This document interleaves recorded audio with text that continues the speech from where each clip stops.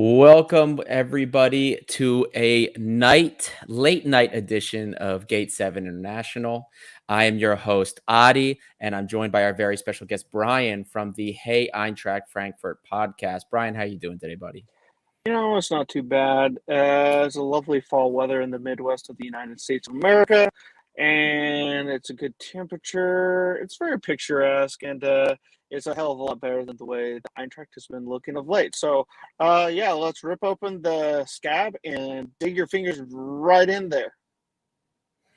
Looking forward to it. Guys, before we get moving, please, if you haven't done so already, please like and subscribe. Help us bring about a larger Olympiakos community. Gate 7 International here. We are brought to you by the fans for the fans. We are trying to do everything we can to make the Olympiakos name bigger, and only you guys can help us do so. Now that is all taken care of, let's get started with a little bit of background, Brian. Give us some insight how you became a soccer or football fan, and also tell us how you became a Frankfurt fan. So first and foremost, how did you fall in love with soccer? All right, so I grew up playing soccer here in the Midwest of the United States.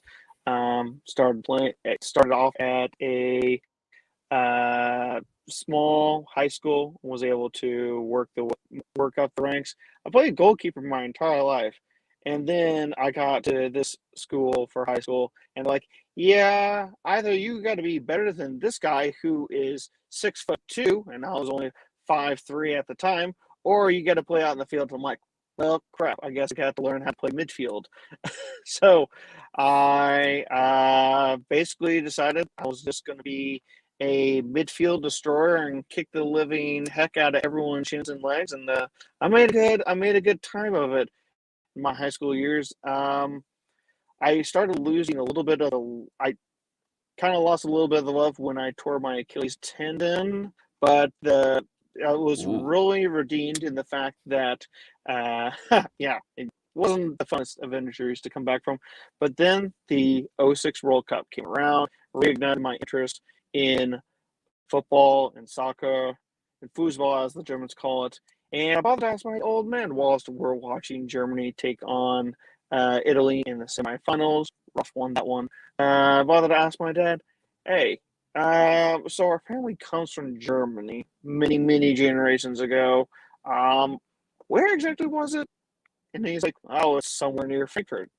Start looking up. I'm like, I wonder how they have their league set up over there, because I was pretty a novice when it came to understanding anything that was not Major League Soccer when it came to domestic soccer leagues around the world. And I found that Frankfurt was indeed a massive team. I saw that they had the eagle as their crest. I'm like, I'm American. Wow, that win-win there. And then I saw the fans just absolutely just going crazy, cheering on their team. And I'm like, fan fanaticism, connection to my background historically, and being able to just wear the eagle on my crest as an American. I'm like, well, I'm sold on that. Go figure that when I saw us first start playing in the UEFA Cup in 2006, 2007 in the group phase, little did I know that that was the best that things would be for nearly a full decade to come. So I was not warned of how hard it would be to follow the Eintracht. But hey, you know what? End of the day, I wouldn't trade them for any other club, not even for big bad Bayern. Oh, wow.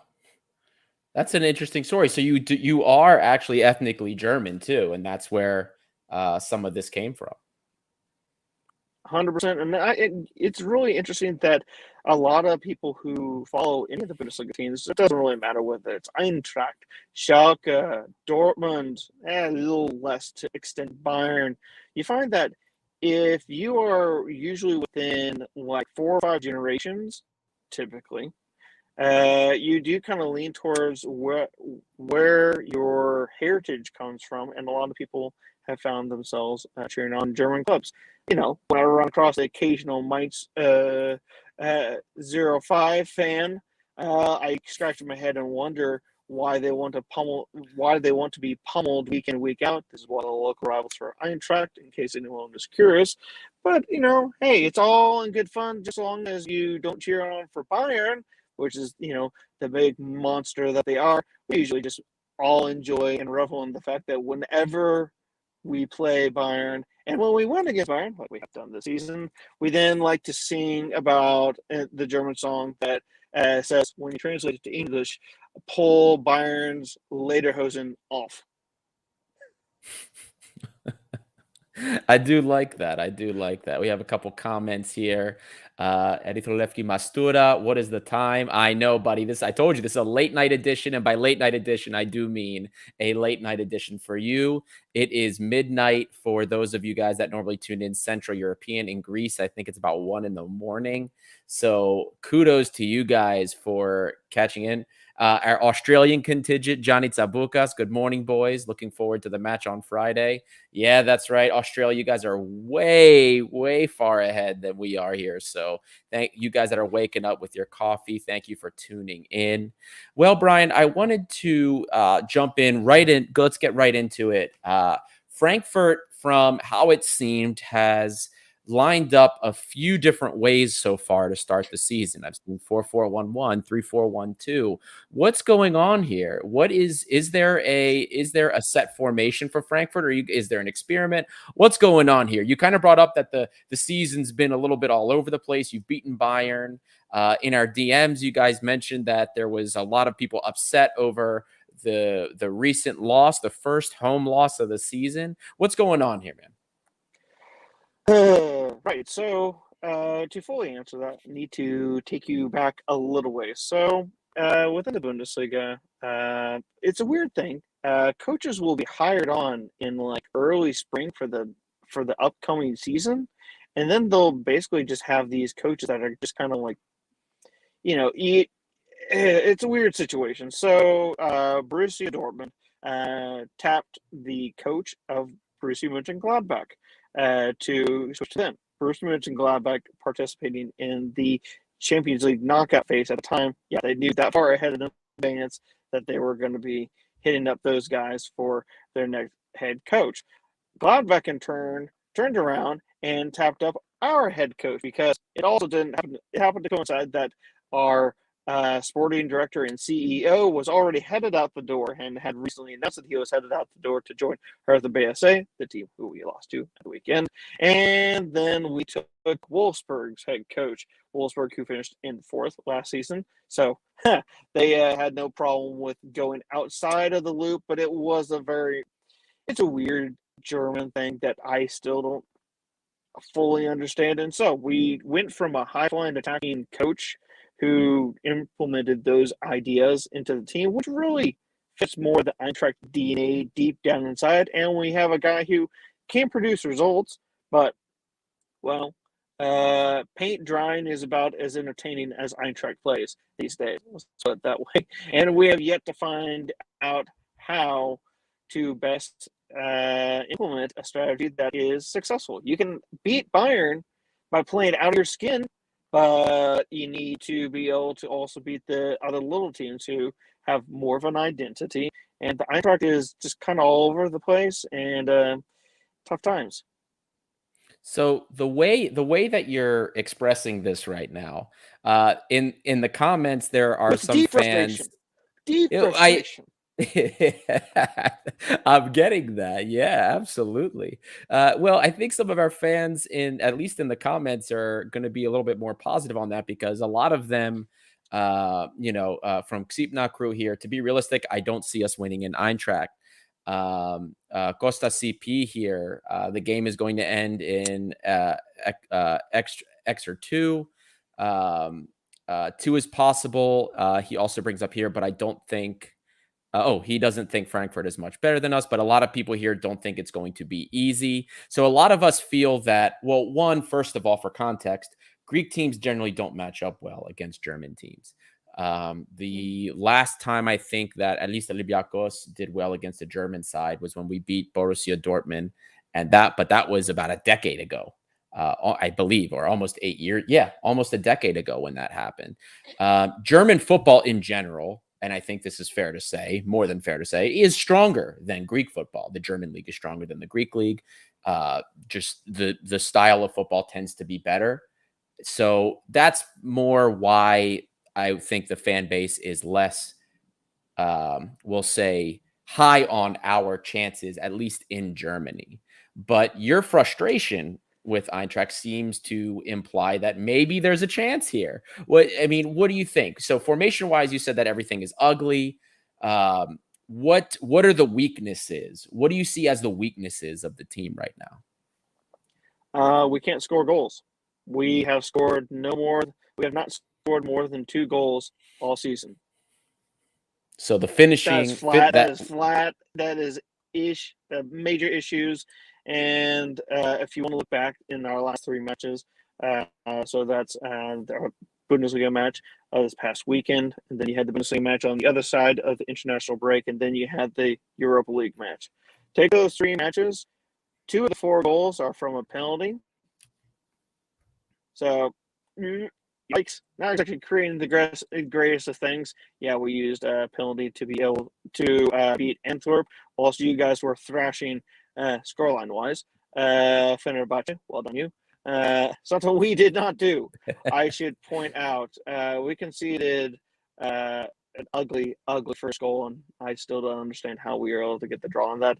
But yeah, if you take away that Bayern game, there's not been a lot to cheer for on the season.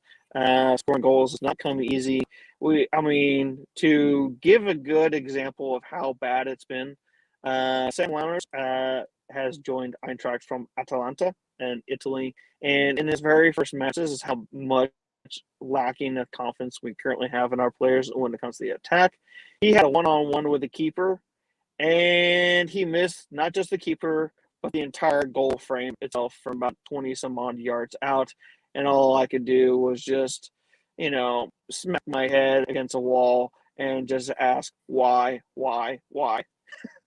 So if folks are really worried, just be worried about how you're going to score against Eintracht. Because I'll put this down to Gosner in that he's really done well when it comes to organizing a defense. Now, is it perfect? No. He had some really good defenders at Wolfsburg, which allowed him to basically get by with just scoring 1 to 2 goals per match. And he also had a huge target man striker doing that. Now, at Eintracht, we don't exactly have that, and our defense has also got quite a few older players in it, so kind of have to make do with what we got, and so far it's leading to mediocre results so far. And so long as if you guys can find the back of the net from a set piece, which we are weak at defending set pieces, then hey, you got a real good chance at coming away with 3 points in Frankfurt. I will warn any traveling fans, though, we love to outdrink you when it comes to inside the stadium, outside the stadium. So if you're hoping to come out of our stadium with no friends, you're gonna fail. You're gonna meet some of the best friends you've ever made in your entire lives on an away trip, and eat some good food in the meantime, and just enjoy yourself in the stadium. Just please make sure if you shoot off any flares or any smoke bombs, just don't burn down the seats. Well, we can't make any promises because, as you very well know, Greek fans do love their flares. I know we are very pyro friendly in Frankfurt. Very pyro friendly in Frankfurt. I will make sure to pass that on. I know two of our hosts, Costa and Lambro, will be there at the game. They will be in the away section. They will be cheering the team on.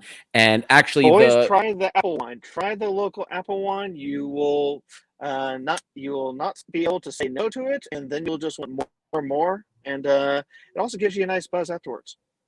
I will 100% pass that on.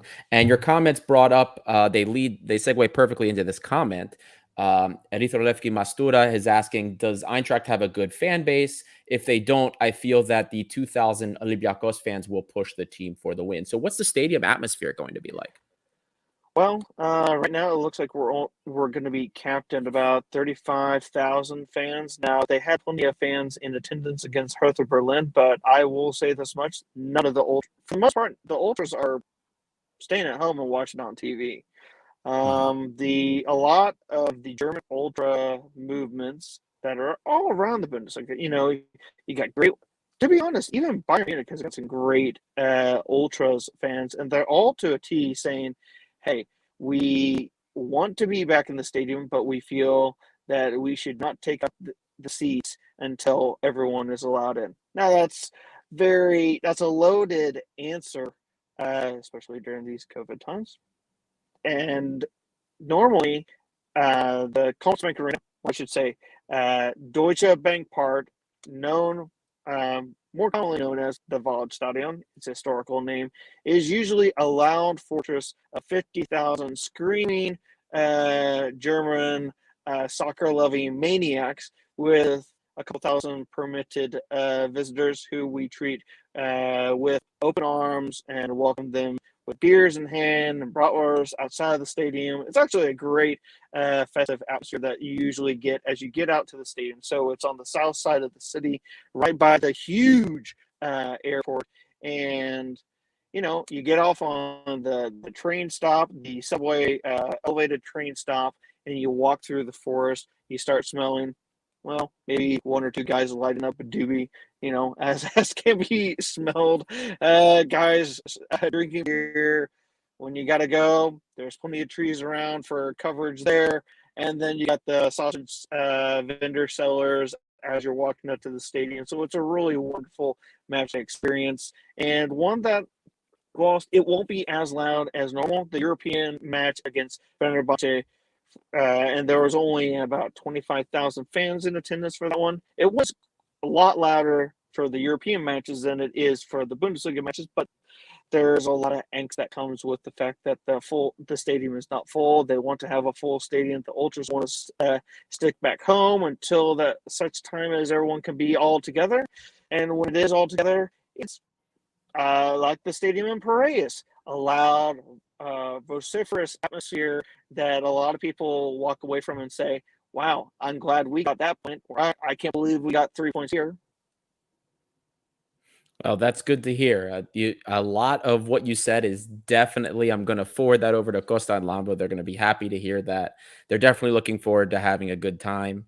And it definitely seems that that atmosphere is going, even through COVID times, it's going to be a good atmosphere. And we're excited to hear that. Now, I do want to rewind a little bit and kind of go back to the formation and tactics, because you have piqued the interest of chat. You have piqued the interest of some of the fans because they're interested in some of the struggles that Frankfurt are having. And the question I wanted to have was, I briefly touched on this earlier, but how much of that do you think is because I'm looking at through Y Scout here and some of the stats, and I just see literally it's a different formation each game. Is the lack of a set formation and maybe set tactic, is that maybe part of it? Maybe that inconsistency? What do you think? It's part of it. It's Oliver Glasner, the manager of Eintracht, the head trainer, trying to find out what his best team is. A joke that was said on our most recent podcast of Hey Eintracht Frankfurt that just dropped in the last 24 hours was one of my co-hosts said, it's like as though it's Bachelor in Paradise.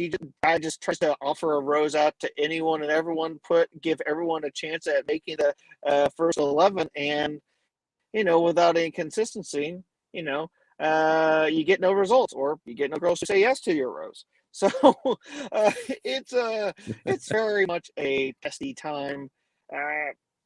the amount of matches that Eintracht is playing kind of just shows that we didn't have the full squad depth. Even if we had finished in fourth, which we got picked in the last couple of weeks of last season, pain, but able to move on with life because the Europa League can be fun, as we have experienced.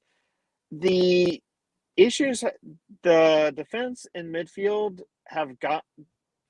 There's a lot of drawbacks. The team does not have a lot of depth. There's been a lot of movement of players in and out because of so much instability at the very highest level of the club, because so many guys have moved out. It's really it's a crapshoot at what you can expect, but so long as Christopher Linz is out injured, the Eintracht will be tinkering with their formations until basically everyone is all healthy, or specifically he is healthy. Because Glasner typically likes to go with a kind of 4-2-3-1, which is what he utilized at Wolfsburg.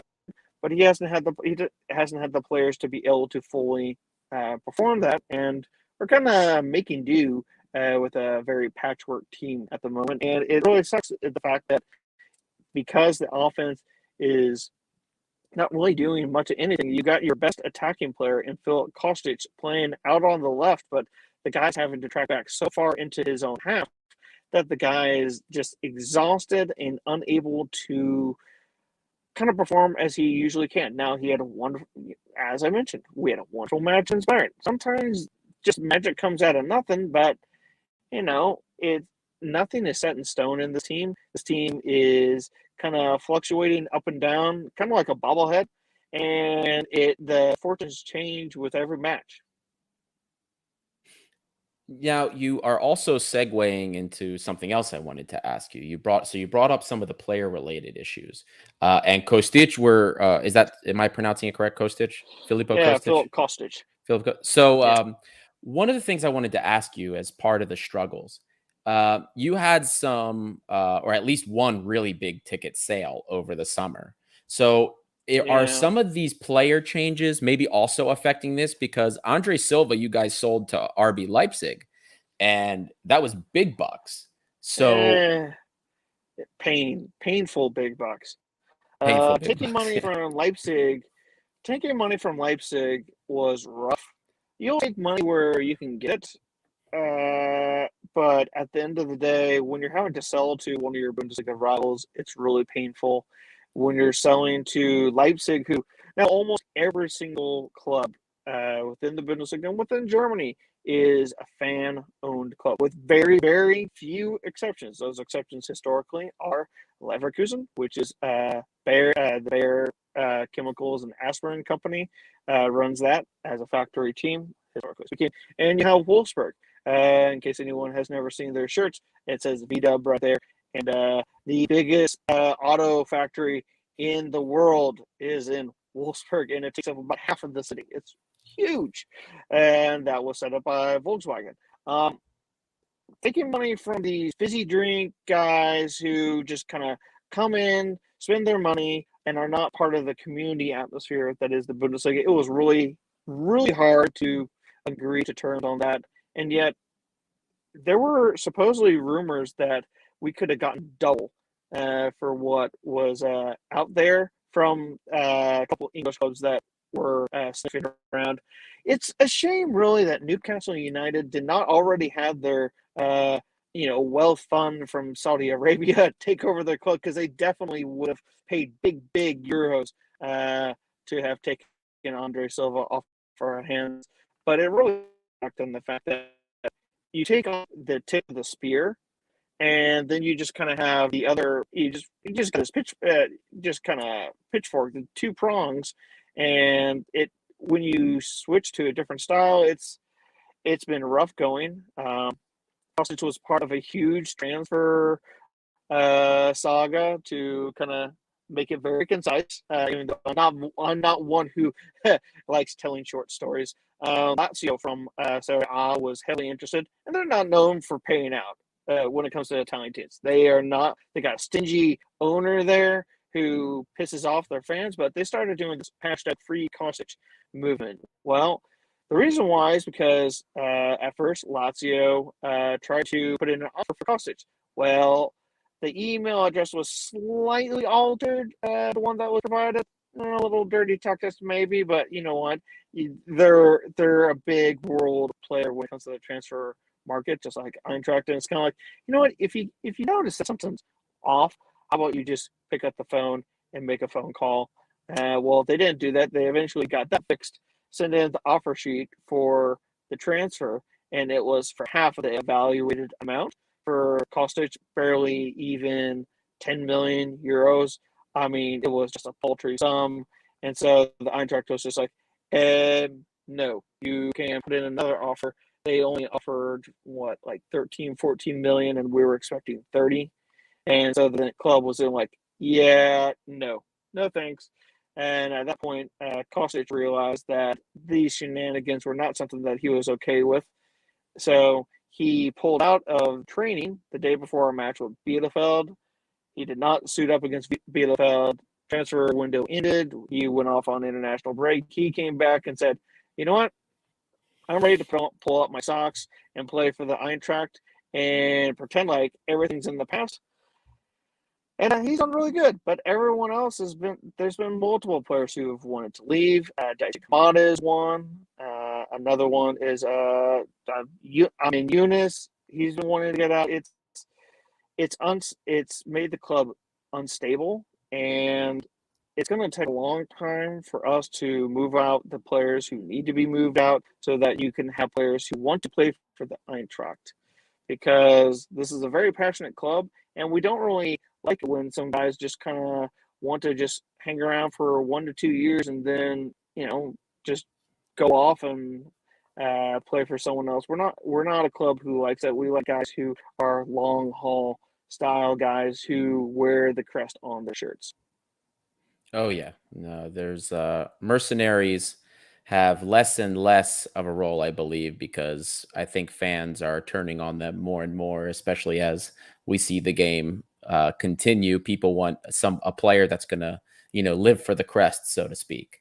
You also had another player that found his way out the door, that made his way to one of our rivals, Ike, Mr. Zuber. What about him? Was he somebody that maybe? Yeah. So background on him. Well, okay, so it's kind of weird. He was mostly an off the bench sort of guy. He was that kind of reserve who played in place of Kostic when he would get hurt. When we needed to do some squad rotation, he would be a guy who'd play on the middle of the pitch or out on the left. We got him on a player swap with Hoffenheim, and I thought he did a really, really good part. But I also noticed that he probably wanted out because playing for the Swiss national team as a starter, you're going to kind of want to play every week as a player at your club. So he told his agent, get me the hell out of Frankfurt.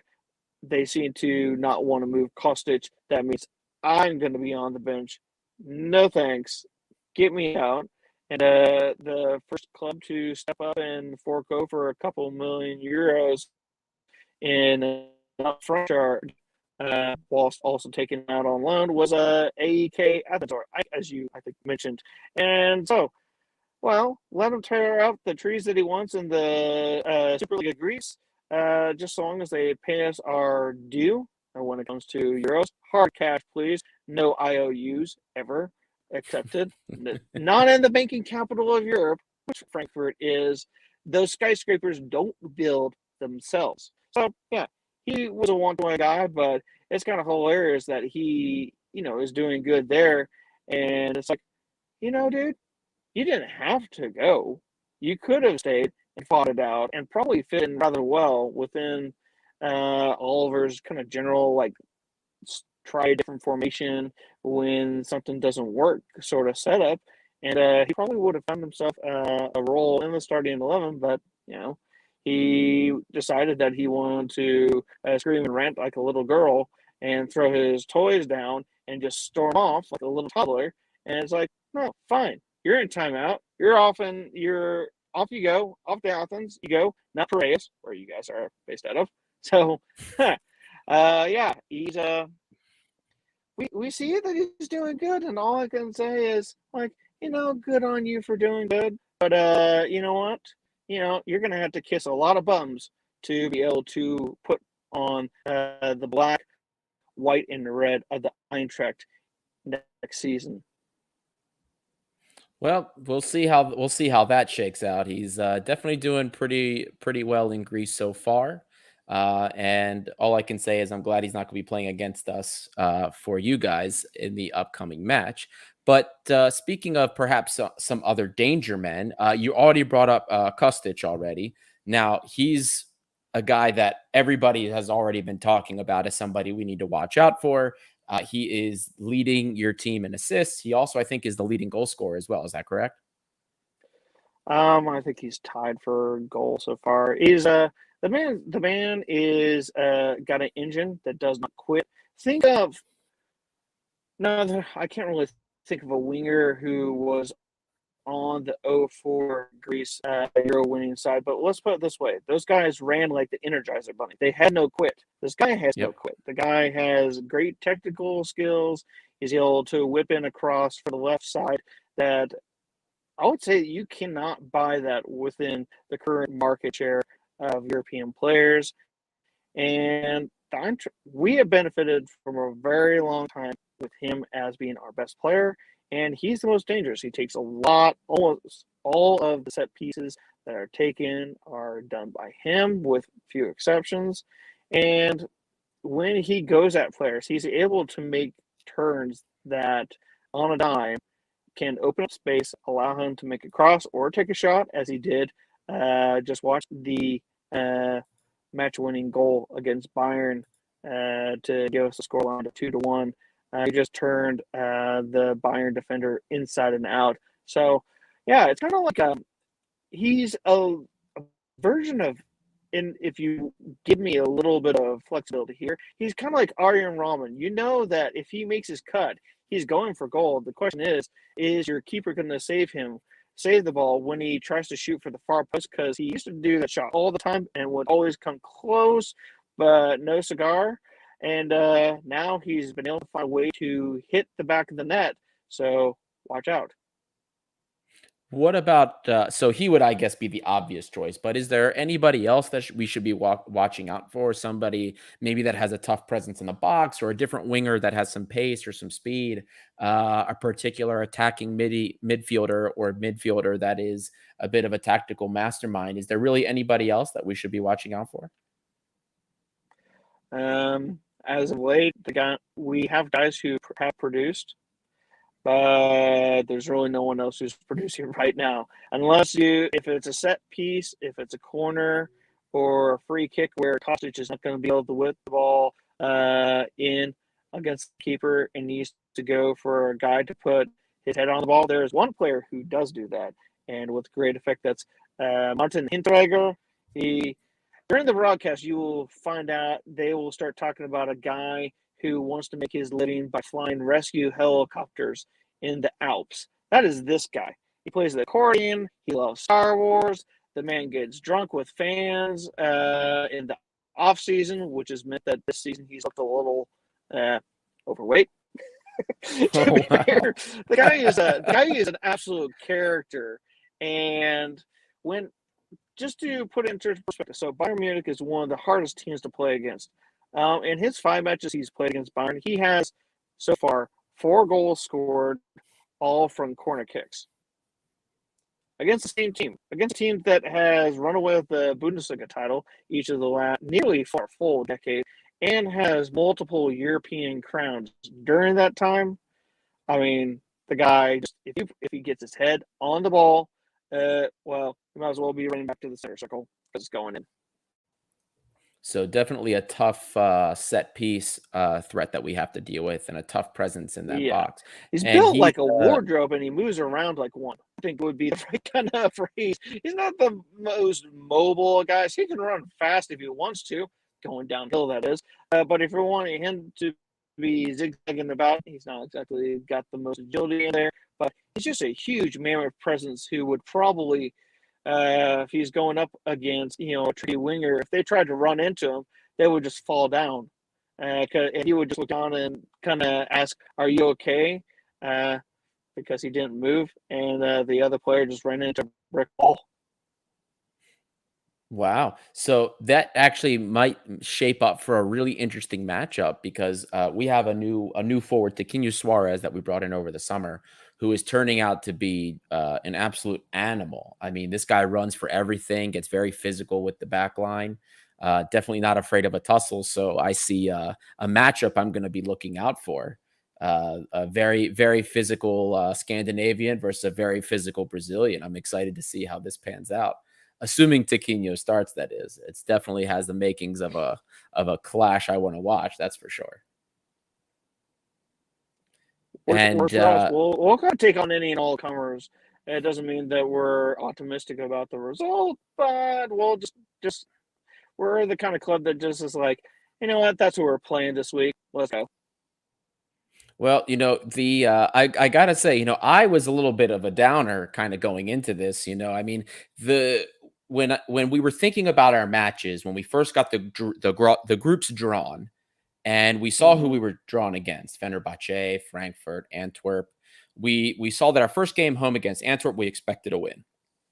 We got the win. It wasn't pretty, and we probably didn't deserve it, but we got the win. We went to Turkey. We absolutely just showed up and surprised everybody and took it to Fenerbahce, got the 3-0. We weren't It's expecting the almost win like there as though either. your players actually knew about the geopolitics that they would have to deal with if they did not come out as winners, and just said, if we don't win this, we might as well not come home. Well, I'm very impressed that you're aware of that as well. But yeah, they showed up. They made us proud.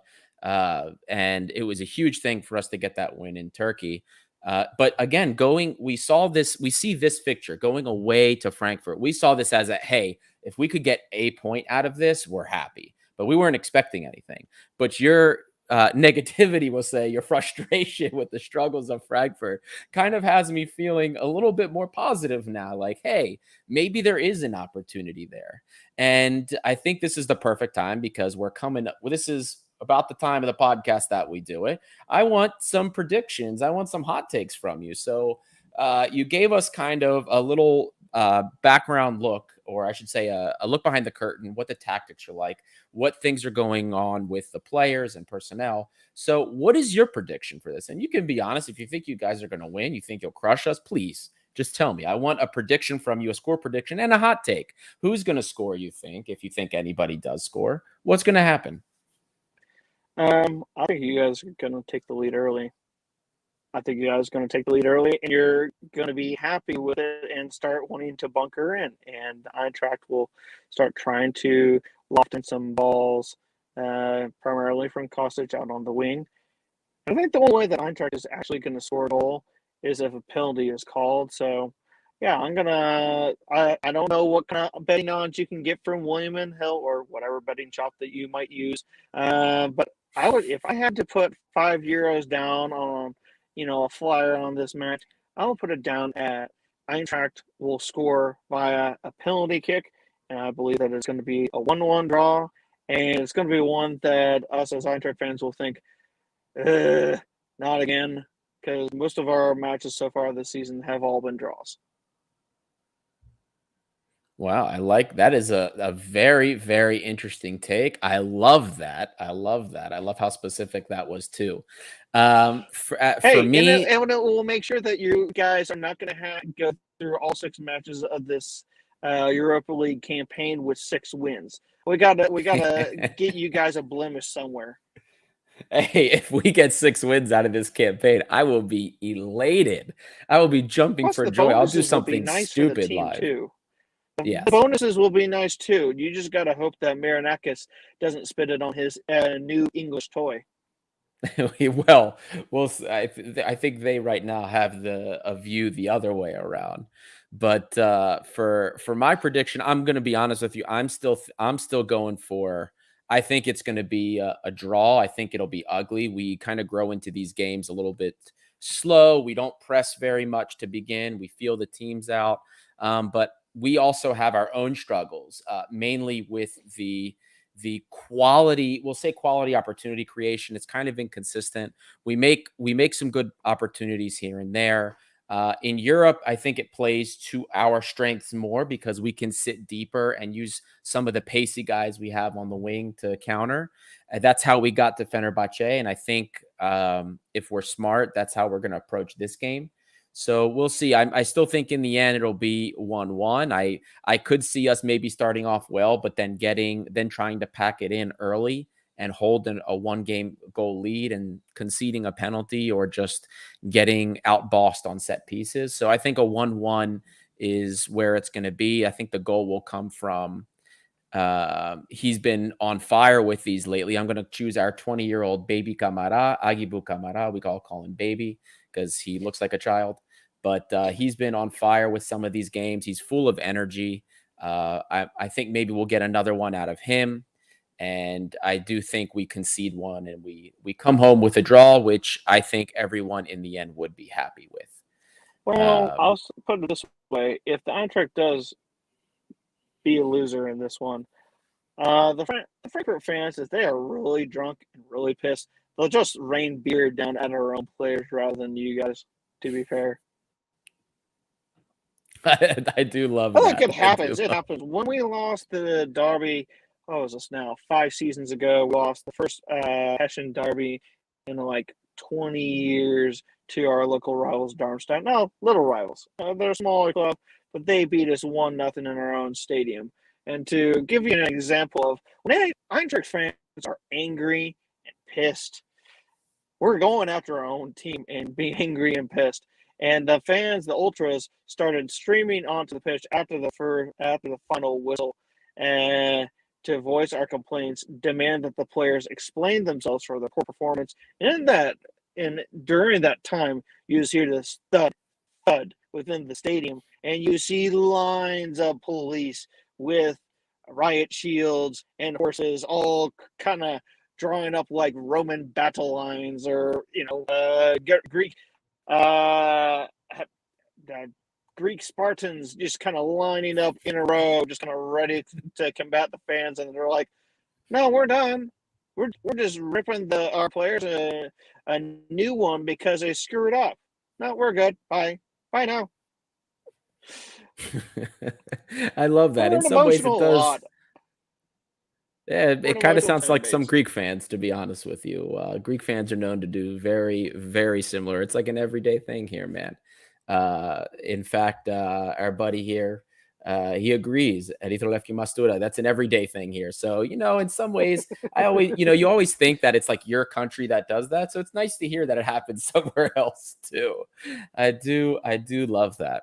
Well, as we begin to wrap up here, Brian, I wanted to give you a chance to let the fans know where they can find you guys at your podcast. It's the Hey Eintracht Frankfurt podcast. Let our guys know where they can find you, where they can follow you. Yeah, so Twitter, that is at HEF Pod. You can find us also on Instagram, Hey Eintracht Frankfurt. Yeah, you can find us on all the various locations where Spotify, SoundCloud, wherever you like. And you know what? If you're not interested in German soccer, you will enjoy this. Our segment breaker is called #What Are We Drinking, where we just talk about beer for 1, 2, even up to 7 minutes. And we've got one guy who is a home brewer, so it's an always entertaining podcast. And we got jokes, we got laughs, we got alcohol suggestions. So yeah, climb aboard the Eintracht train if you need to follow a team in the Germanic sphere of the football landscape. Well, I definitely am going to be tuning in, if not just for the drinking suggestions. I'm all for that. I will definitely be tuning in to listen to some of that. Thank you, everybody, for listening, especially those of you that made it this far. Please don't forget to like and subscribe. Help us continue to grow this community so we continue to produce content like this. As always, everybody, guys, we here at Gate 7 International, we do this. This show is completely by the fans and for the fans. Everything we do is for us. No mainstream media nonsense. We are here to bring something different and something that you guys will enjoy. We're so pumped for this game.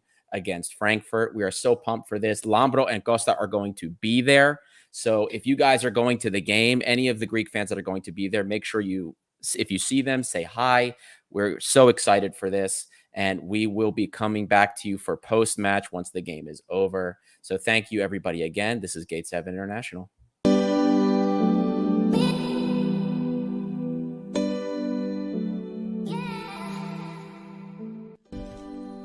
You just listened to an episode of the Gate 7 International Podcast, a podcast connecting Olympiacos fans from Brussels to Tokyo, from Toronto to Geneva. We are 4 Olympiacos fans from every corner of the world, bringing you news and interviews of the team you love in English. With new episodes twice a week, you'll never miss out on the latest updates and stories of the team you love. If you liked what you heard, make sure to follow us on social media at Gate7INTL, give us a subscribe on YouTube, or even leave a review on all our podcast channels. Until next time, this is our team, our city and our story. Thrylos είσαι. Στο μυαλό κάτι μαγικό.